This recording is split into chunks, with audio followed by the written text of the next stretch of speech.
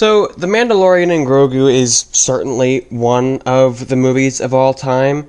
It's been 7 years since the last Star Wars movie was released, and I guess this is how we're coming back into theaters. First and foremost, I knew a Mandalorian and Grogu movie was kind of already a weird idea, because for general audiences to have any context to what's going on, they would have to watch 3 seasons of a TV show, plus the Book of Boba Fett, however long that show was, 1 or 2 seasons. I don't know, I forget, doesn't matter. So you'd have to watch 2 shows in full to actually understand the context behind what's going on here in this movie. I guess you could watch it without watching all that stuff, but the movie just kind of acts like you already know who Mando and Grogu are. So for any general audiences hopping in on this movie, it would be quite confusing. But that isn't the biggest problem here, in my opinion. That's just a minor side thing. The biggest problem here is the fact that nothing actually happens in this movie. This movie very easily could have just been a season of The Mandalorian. Honestly, it might not even be worth half a season. It might be like 2 episodes worth of content for that show, which is why I am ultimately disappointed. When I walked into the theater, I didn't expect this movie to be good. I wasn't expecting this movie to blow my socks off. We're way past that with Disney Star Wars. They have not delivered for a long time. But putting its faults aside, I at least enjoy The Mandalorian, the show. I like the show. I like watching it. I think it's fun to watch. In all honesty, I always found the concept of Grogu to be interesting. He's a baby Yoda, powerful in the Force, who's being raised as a foundling, a Mandalorian. That could be an interesting concept, and that could go down a lot of interesting roads. But this movie doesn't do much of anything. And I think, in my opinion, the biggest crime of all is the fact that this movie is simply boring. This whole movie is quite literally, like I said, the equivalent of a couple episodes of The Mandalorian. It's basically just a fetch quest. It's a classic Mando and Grogu adventure where they go to do some job and then some trouble and stuff goes wrong along the way and then they get out of it. This could have just been released as a Disney Plus special. This did not need to be a movie. Lucasfilm should know that people are disappointed with the current state of Star Wars. Lucasfilm should know that they need to do better than this. It's been 7 years since the last Star Wars movie. You gotta come out swinging a bit harder than you did here. In terms of visuals, the movie is just kind of fine. There are a few times where I feel like it looks worse than the show. And the show looked pretty good for at least the first 2 seasons. Season 3 kind of dipped in quality, but overall, the show looks good. It looks fine. But somehow, the movie, which you would expect has a bigger budget and has higher standards, somehow that looks worse than the show did. Like, there was this one scene where Mando jetpacked down into an alleyway or something, and he was looking around for a really long moment. The shot just kind of stayed on him for some reason while he was slowly looking around and taking in the area. And, like, you could just tell that that was a CG model, and that, like, the background was like a rendered, environment. Like, you could just tell it wasn't real. It looked like a video game cutscene. It was just so weird. Speaking of that shot took place on, I forget the name of the planet, but where they went to go get Rada the Hutt. The planet that Rada was on, or he was the one that he was fighting on. That planet, I swear to God, there were some shots where they were flying in, and Din jumped off of the Razor Crest, and, like, it looked like a modern-day Earth city, which is mind-blowing to me. I don't understand how that's even possible. Like, why are we doing this? Where is the Star Wars aesthetic? That took me out so much. I was genuinely confused. I think it's also kind of comical that now that I've started doing versus matchups and power scaling stuff on this channel, I have an eye for that now, obviously. I look out for feats, I look out for power stuff, right? And this movie was really strange. It was full of shit, honestly. When blasters made impact with walls or furniture or whatever, they, like, most of the time didn't even seem to leave, like, burn marks. We've seen blasters blowing holes in walls. We've seen them turning columns and whatnot into rubble. We've seen them blowing through starship holes, but for some reason here, they don't even leave little burn marks on the wall. Like, I mean, I don't understand. And then when Mando is, you know, running around on his AT-RT underneath those AT-ATs, they're firing at him. Of course, they're missing every single shot, but like, those shots, the power behind those shots, the explosions and whatnot that are going off, he should be getting blown off of that AT-RT and sent flying off the cliff. Like, but no, there's no impact, no sense of power, no nothing. Then he even uses a little like hand thermal detonator or whatever, a little sticky detonator. He puts it on one of the legs, the feet of the AT-AT, and that blows it up, even though the AT-AT, do you know why the AT-AT is so tall? So that minefields are basically rendered useless. We see this demonstrated in Star Wars Rebels. The exact same model, the prototype AT-AT. Like, it steps into a minefield, it steps into a bunch of explosives, and they are useless. They do nothing. So you're telling me that this one little thermal detonator is enough to bring that thing down, even though we've seen it, you know, whatever, who cares. There was also one scene where there was also this one scene where Mando was running through the forest, you know, and he got into a little grappling match with this B-2 super battle droid, and he crushed its head with a rock. He crushed its face with a rock. That's, I mean, I'm sorry, I've talked about the droid army to a certain extent here on this channel. I've done my research. That shouldn't be happening. That, like, I swear to God, dude. But the biggest problem here is with the story, obviously. Visuals, power scaling, all that stuff is kind of just secondary. The biggest issue here is the story. And the thing is, the story is just fine, I guess. But like I said, if you are a more casual fan or you're like a general audience member, you'll have to watch 3 seasons of a show and then another show on top of that to actually understand where all this came from, what's going on here, yada yada yada. But even aside from that, I still don't really like what I saw here. There are some little plot holes here and there throughout the movie that just, like, really make me tilt my head and raise an eyebrow. So, Mando is sent by the New Republic to the Hutts, those same 2 twins from the Book of Boba Fett. He's on Nal Hutta.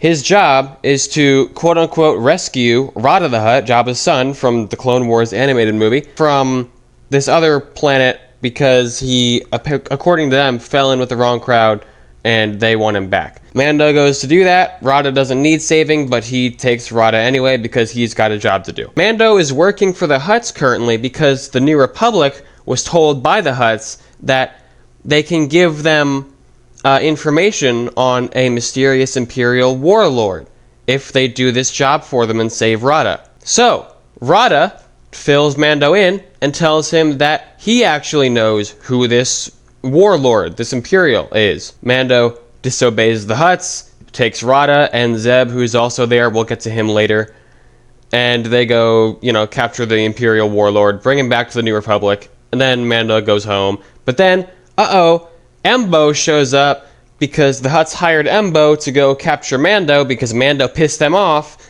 So then Embo takes Mando back to the Hutts. Okay, cool. All of that makes enough sense. The Hutts have Mando, and they take off his helmet because they know that taking off his helmet and seeing his face shames him forever, according to his creed. They also exclaim how that helmet, pure Mandalorian steel, Beskar, can go for a lot on the black market. Like, they're saying that as if they're going to sell the helmet and his armor or whatever. So then Mando gets dropped into this Rancor pit, but instead of a Rancor pit, it's like a water pit with a giant water snake in it. After Mando survives for a little bit in there, the Hutts toss him back his helmet. I thought they wanted to sell the helmet. Why did they give it back to Mando? What is going on there? Now, meanwhile, all this time, there were these 4 little Babu Frick Glup Shido guys that came to work on Mando's new Razor Crest because he got the Razor Crest back. Wow. And Embo showed up while they were still there, and Embo kidnapped Mando, and then so I was sitting in the theater. I swear to God, I was sitting in the theater, and I was begging. I was begging them not to do it. I was begging them not to go on this little side quest where Grogu and the 4 little glove shittos go to rescue Mando, and they did it. And they did it anyway. It was at that moment that I realized while I was sitting in the theater that this is basically a kid's movie, which is, I mean, fine, whatever. But The Mandalorian, it was a bit more mature in, like, the first 2 seasons at least. Season 3 had its moments, but the first 2 seasons mainly were pretty mature, right? They weren't like, it wasn't like a kid's show. So Grogu and the 4 little glove shittos, they travel to Nal Hutta. They somehow enter the atmosphere and land on the planet totally undetected, even though we know that the Hutts, their security droid forces, they would know if a ship just kind of like showed up and entered the atmosphere and whatever. They would know that. That's been established already. We've seen them do that in the same movie. But now, suddenly, for Grogu and these 4 little guys, they just slip right in, I guess. I don't know. It's really stupid. But then, of course, they travel, and they go, and they break out Mando. But in the process, Mando was bitten by that giant water snake, and it was venomous. It had poison or something, so he's going to die from the poison, even if he survived being bitten. The ship that the Glove Shittos and Grogu brought with them is too big for Mando to fit in. Great job, great thinking, very smart, Babu Fricks. Very, very smart move. So, Mando has to just stay on Nal Hutta while all these droids and, like, aquatic creatures are searching for him, trying to kill him or take him back to the Hutts. And then the Glove Shittos, they leave and they say, we're gonna be back with help. Because for some reason they couldn't just bring the help the first time. They had to come there, rescue Mando, and then leave again with him still on the planet. And I don't know, dude. It's all just kind of falling apart right now. But anyway, Mando is running through the forest, woods, jungle, I don't know, whatever the hell it was. And eventually he falls over and just starts slowly dying due to the poison taking hold. Now, predictably enough, Grogu stayed behind, and he comes back over, and then he force heals Mando's wound. Again, predictable, blah, blah, blah, blah, blah. But the one thing that wasn't so predictable was that Mando didn't just get up immediately. Because Grogu force healed the wound, but he didn't, like, heal the poisoning, or he didn't remove the poisoning, which, I mean, I guess maybe makes sense. Does force heal only work on, like, physical flesh wounds? Does it? I mean, I don't know. I best not to ask these questions. I'm sure the writers and directors themselves don't know either. How bad? Bad. The poison's spreading fast. He's trying to eat me.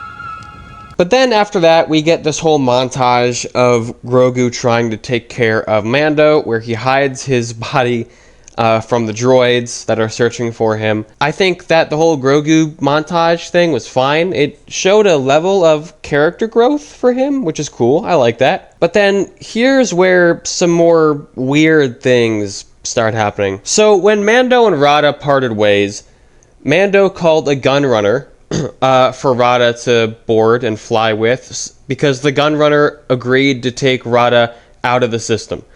That makes sense. That's fine, cool, whatever. So Rada can go be his own man and just live his own life. The last place that Rada would want to go is Nal Hutta, because he knows that the twins don't want to save him. They want to kill him because he's the heir to Jabba the Hutt's throne, you know? He was the next in line, and the twins want him dead because of that. So the last place he would ever tell that gunrunner to go is Nal Hutta. So please explain to me why exactly, while Grogu is walking around this forest or whatever, he sees that gunrunner ship crashed there. Why? You could make the argument that, oh, maybe the gunrunner droid was compromised. Maybe the pilot was going to take him to Nal Hutta all along. Maybe he was a plant. A, that would be awfully convenient. B, that is just through context clues proven to not be true. Because if he indeed worked for the Hutts, why was his ship shot down? If he indeed worked for the Hutts, why was he shot? Because clearly what happened was the ship came to Nal Hutta for whatever reason, the droids shot it down, and then they walked in, kidnapped Rada, and shot the pilot droid and killed him. So why would they do that? Clearly the droid did not work for the Hutts. So how on earth, why on earth was that ship on Nal Hutta? This is never explained, by the way. It's just there, and you're just supposed to accept it. Now, the next weird thing that happens is Grogu meets this, lizard reptile guy who I guess is just a native to the planet. And this little reptile guy is friendly, obviously. So while Grogu is at his house, and while he's asking Grogu some, random questions and trying to talk to him, Embo shows up at the house for whatever reason. Grogu obviously has to hide, and then they do this moment where, ooh, the dog might sniff him and find him, ooh, but, in the background, you can hear Embo talking in whatever language he speaks, but you can't hear the reptile lizard guy talking. But then after that, Embo leaves after basically a minute, and then that lizard reptile guy walks over to Grogu after they leave, and it's just like, Embo told me that you had a friend, Embo told me that he was bitten by that big water snake, and he was poisoned. He's hurt real bad, and he's gonna die soon. And it's just like, why did he tell you all of this? There was no conversation, there was no exchange in the background. You never heard the lizard guy's voice, but sure, you heard Embo talking, but you never heard the lizard guy talking back. Why did Embo just randomly show up, dump exposition to this guy, and then leave? I don't understand. So then, of course, this lizard guy makes an antidote for the poison and gives it to Grogu.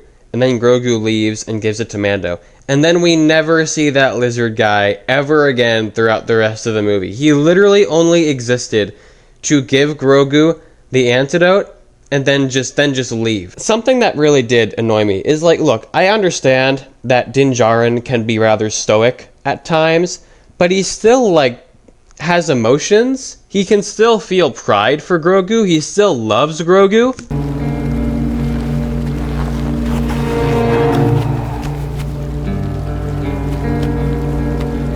Grogu. Do you want this? Well, go ahead. That's right, take it. Come on. You can have it. Come on. Good job. Good job, kid. You see that? So when Grogu goes through all of this effort to look after Din and keep him safe and bring him back and get him an antidote, what is Din's response to that when he wakes up and realizes what Grogu had done for him? He says, "The old protect the young, and then the young protect the old. This is the way." And then they just move on, I guess. There's no good job, no thank you, no excitement, no, pride for Grogu. It's just a weird, stoic line, and then they move on. We've seen Din care for Grogu before. We've seen him show excitement and pride for Grogu before. Of all things, why would you choose this moment to not show pride for Grogu? This is probably one of the most impressive things that he's done. Honestly, Din treats Grogu pretty weirdly throughout the entire movie. There are even a couple moments where he says, heal or stay, like Grogu's a dog or something, which is definitely a weird choice. He just doesn't feel as affectionate towards Grogu as he usually is, which is really strange. But of course, Dave Filoni had his hands on this, so he had to put in his cameo bait because that's just the Dave Filoni special. Obviously, you have Embo in this movie who can easily be swapped out for literally any other bounty hunter. He adds nothing special to the movie. You also have Zeb, who, weirdly enough, he was in the trailers relatively prominently, so I thought he would have a much bigger role in the film than he did.